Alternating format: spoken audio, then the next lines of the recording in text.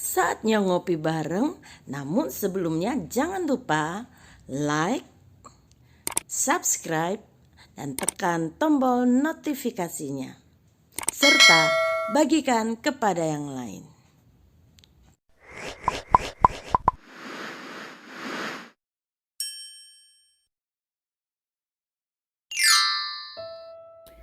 Mengasihi Tuhan dengan segenap hati.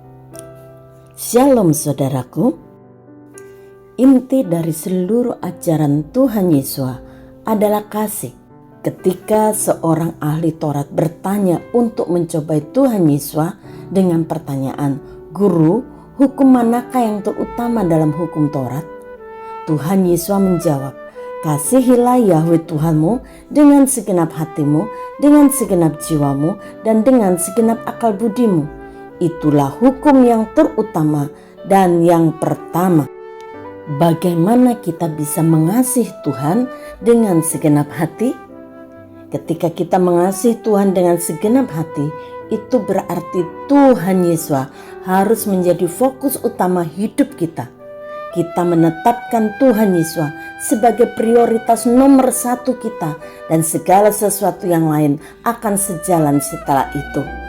Kita harus sangat mengasihi Dia dan meletakkan Dia di atas segala-galanya, lebih dari yang kita kasihi di dunia ini.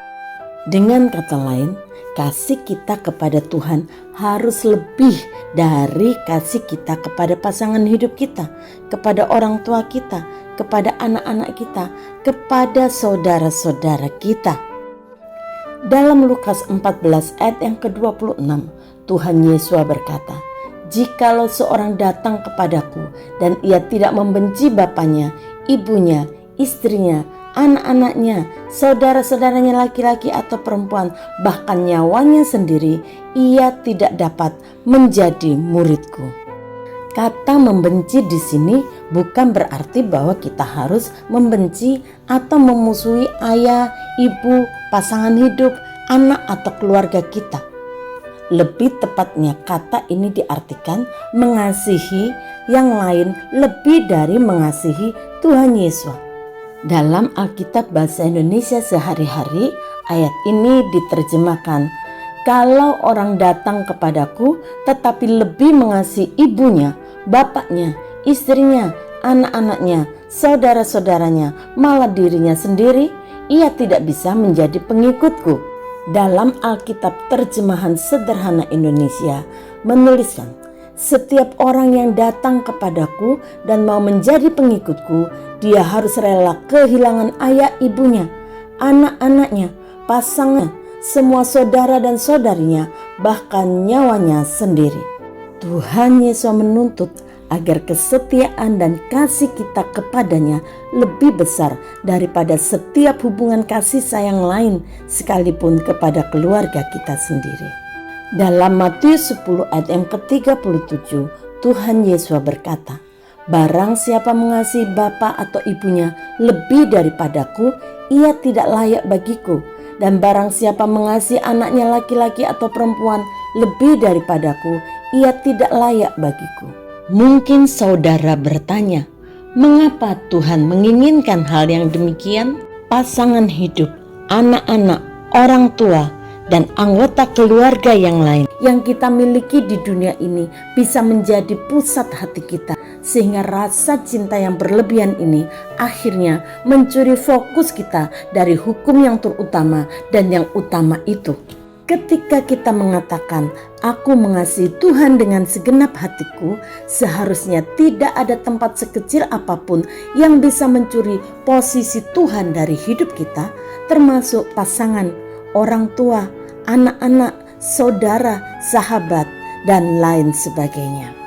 Bapak Abraham telah membuktikan kepada Tuhan dan kita bahwa dia telah mengasihi Tuhan dengan segenap hatinya, mengasihi Tuhan lebih dari dia mengasihi istrinya Sarah atau anaknya yang tunggal, yaitu Ishak.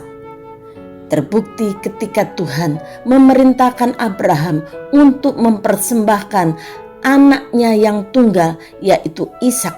Bukanlah hal yang mudah, seorang bapak yang menanti puluhan tahun untuk mendapatkan seorang anak, dan pada akhirnya diminta lagi oleh Tuhan untuk dipersembahkan.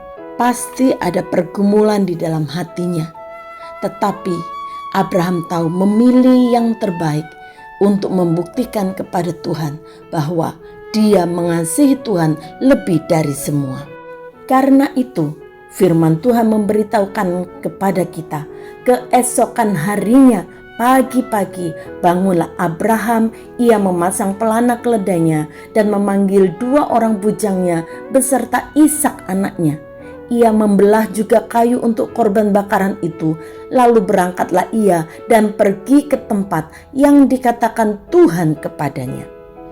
Demi cintanya kepada Tuhan, Abraham tidak menunda-nunda perintah Tuhan, tetapi dia segera melakukannya keesokan harinya.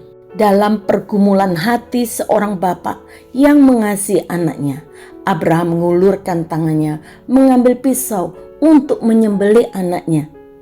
Tetapi berserulah malaikat Yahweh dari langit kepadanya, "Abraham, Abraham," sahutnya, "Ya Tuhan." Lalu Tuhan berfirman, "Jangan bunuh anak itu dan jangan kau apa-apakan dia, sebab telah ku ketahui sekarang bahwa engkau takut akan Tuhan dan engkau tidak segan-segan untuk menyerahkan anakmu yang tunggal kepadaku." Dalam Alkitab terjemahan sederhana Indonesia, dia berkata kepada Abraham, "Jangan lakukan apapun terhadap anakmu itu. Sekarang aku tahu bahwa kamu percaya penuh dan taat kepadaku karena kamu tidak segan-segan menyerahkan anakmu satu-satunya yang sangat kamu kasih itu kepadaku." Saudara, apakah kita sudah memiliki kasih yang sedemikian untuk Tuhan kita? Atau kapan pertama kalinya saudara begitu mengasihi Tuhan sampai saudara rela meninggalkan segala sesuatu yang saudara punya demi mengikut Tuhan?